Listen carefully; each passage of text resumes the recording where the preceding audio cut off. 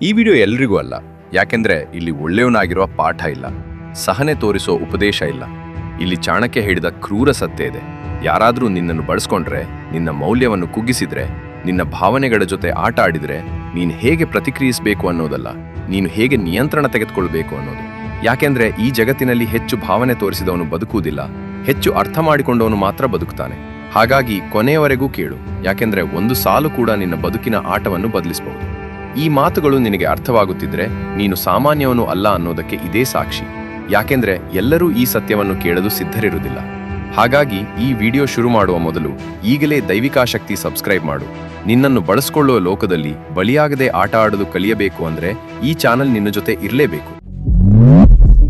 ಚಾಣಕ್ಯ ಹೇಳುವಂತೆ, ಯಾರಾದರೂ ನಿನ್ನನ್ನು ಅವಮಾನಿಸಿದ್ರೆ ಅಥವಾ ನಿನ್ನ ಮೌಲ್ಯವನ್ನು ಕಡಿಮೆ ಮಾಡುವಂತೆ ವರ್ತಿಸಿದ್ರೆ ನೀನು ತಕ್ಷಣ ಪ್ರತಿಕ್ರಿಯೆ ಕೊಡಬಾರದು. ಯಾಕೆಂದ್ರೆ ತಕ್ಷಣದ ಕೋಪ ನಿನ್ನನ್ನು ದುರ್ಬಲನನ್ನಾಗಿಸ್ತದೆ. ಆದ್ದರಿಂದ ಮೊದಲಿಗೆ ಮೌನವಾಗಿರು. ಅವರ ಮಾತುಗಳನ್ನು ಮನಸ್ಸಿನಲ್ಲಿ ಸಂಗ್ರಹಿಸು. ಅವರ ಧ್ವನಿಯಲ್ಲಿ ಇರುವ ಅಹಂಕಾರ ಮತ್ತು ಉದ್ದೇಶವನ್ನು ಗಮನಿಸು. ನಂತರ ಸಮಯ ಬಂದಾಗ ನೀನು ಬದಲಾಗಿರುವುದನ್ನು, ಶಾಂತವಾಗಿರುವುದನ್ನು ಮತ್ತು ಅವರ ಅವಮಾನಕ್ಕೆ ನೀನು ಭಾವನೆ ತೋರಿಸದೇ ಇರುವುದನ್ನು ತೋರಿಸು. ಏಕೆಂದರೆ ಚಾಣಕ್ಯನ ಪ್ರಕಾರ ಅವಮಾನಕ್ಕೆ ಭಾವನೆ ತೋರಿಸದವನೇ ನಿಜವಾದ ಗೆದ್ದವನು. ಯಾರಾದರೂ ನಿನ್ನ ಬಳಿ ಅತಿಯಾಗಿ ಸ್ನೇಹ ತೋರಿಸಿ, ನಿನ್ನ ವೈಯಕ್ತಿಕ ವಿಷಯಗಳನ್ನು ಕೇಳಿ, ನಿನ್ನ ದುರ್ಬಲತೆಗಳನ್ನು ತಿಳಿದುಕೊಳ್ಳಲು ಪ್ರಯತ್ನಿಸಿದರೆ ನೀನು ಅವರಿಗೆ ಸಂಪೂರ್ಣ ಸತ್ಯ ಹೇಳಬಾರದು. ಬದಲಾಗಿ ಅಗತ್ಯವಿರುವಷ್ಟು ಮಾತ್ರ ಮಾಹಿತಿ ಕೊಡು. ಏಕೆಂದರೆ ಈ ಜಗತ್ತಿನಲ್ಲಿ ಪ್ರಶ್ನೆಗಳು ಸ್ನೇಹಕ್ಕಾಗಿ ಅಲ್ಲ, ತಂತ್ರಕ್ಕಾಗಿ ಕೇಳಲಾಗುತ್ತವೆ. ಮತ್ತು ನಿನ್ನ ಜೀವನವನ್ನು ಓಪನ್ ಬುಕ್ ಮಾಡಿದವನು ತಾನೇ ತನ್ನ ವಿರುದ್ಧ ಅಸ್ತ್ರಗಳನ್ನು ಒದಗಿಸ್ತಾನೆ ಎಂದು ಚಾಣಕ್ಯ ಎಚ್ಚರಿಸ್ತಾನೆ. ಯಾರಾದರೂ ನಿನ್ನನ್ನು ಹಗುರವಾಗಿ ತೆಗೆದುಕೊಳ್ಳಲು ಪ್ರಾರಂಭಿಸಿದರೆ, ನಿನ್ನ ಸಮಯವನ್ನು ಮೌಲ್ಯವಿಲ್ಲದಂತೆ ಬಳಸಿದರೆ ಅಥವಾ ನಿನ್ನ ಸಹಾಯವನ್ನು ಸಹಜ ಹಕ್ಕಿನಂತೆ ಭಾವಿಸಿದರೆ ನೀನು ಜೋರಾಗಿ ಗದ್ದಲ ಮಾಡಬಾರದು.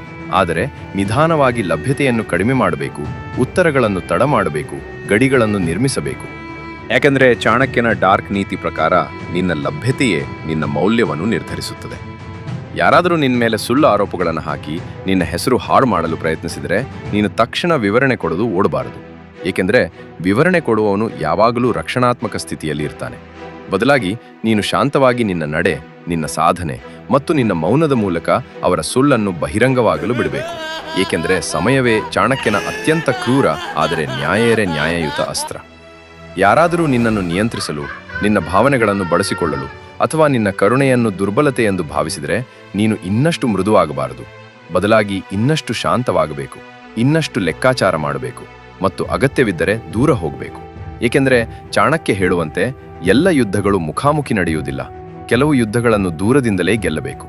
ಯಾರಾದರೂ ನಿನ್ನ ಯಶಸ್ಸನ್ನು ನೋಡಿ ಅಸೂಯೆಪಟ್ಟು ನಿನ್ನನ್ನು ಕೆಳಗೆ ಇಳಿಸಲು, ನಿನ್ನ ಆತ್ಮವಿಶ್ವಾಸವನ್ನು ಮುರಿಯಲು ಪ್ರಯತ್ನಿಸಿದರೆ ನೀನು ಅವರೊಂದಿಗೆ ಸ್ಪರ್ಧೆ ಮಾಡಬಾರದು, ಅವರಿಗೆ ಉತ್ತರ ಕೊಡಬಾರದು. ಬದಲಾಗಿ ನಿನ್ನ ಕೆಲಸ, ನಿನ್ನ ಶಿಸ್ತು ಮತ್ತು ನಿನ್ನ ನಿರಂತರರ ಬೆಳವಣಿಗೆಯ ಮೂಲಕ ಅವರನ್ನು ಅಸಂಬದ್ಧರನ್ನಾಗಿ ಮಾಡಬೇಕು. ಏಕೆಂದರೆ ಚಾಣಕ್ಯನ ಪ್ರಕಾರ ನಿಜವಾದ ಪ್ರತೀಕಾರ ಅಂದರೆ ನಿನ್ನ ಶತ್ರು ನಿನ್ನನ್ನು ತಲುಪಲು ಸಾಧ್ಯವಾಗದ ಮಟ್ಟಕ್ಕೆ ನೀನು ಬೆಳೆದು ಹೋಗುವುದು. ಇಲ್ಲಿ ತನಕ ಬಂದಿದೀಯ ಅಂದ್ರೆ ನೀನ್ ಸಾಮಾನ್ಯವನಲ್ಲ. ಆದ್ರೆ ನೆನ್ಪಿಟ್ಕೋ, ಜ್ಞಾನ ಕೇಳೋದು ಸಾಕಾಗಲ್ಲ, ಅದನ್ನು ಬಳಸಿದವನೇ ಉಳಿತಾನೆ. ಮುಂದಿನ ಬಾರಿ ಇನ್ನೂ ಆಳವಾದ ಸತ್ಯಗಳ ಜೊತೆ ದೈವಿಕಾಶಕ್ತಿ ಮತ್ತೆ ಬರ್ತದೆ. ಗಳ ಜೊತೆ ದೈವಿಕಾಶಕ್ತಿ ಮತ್ತೆ ಬರ್ತದೆ.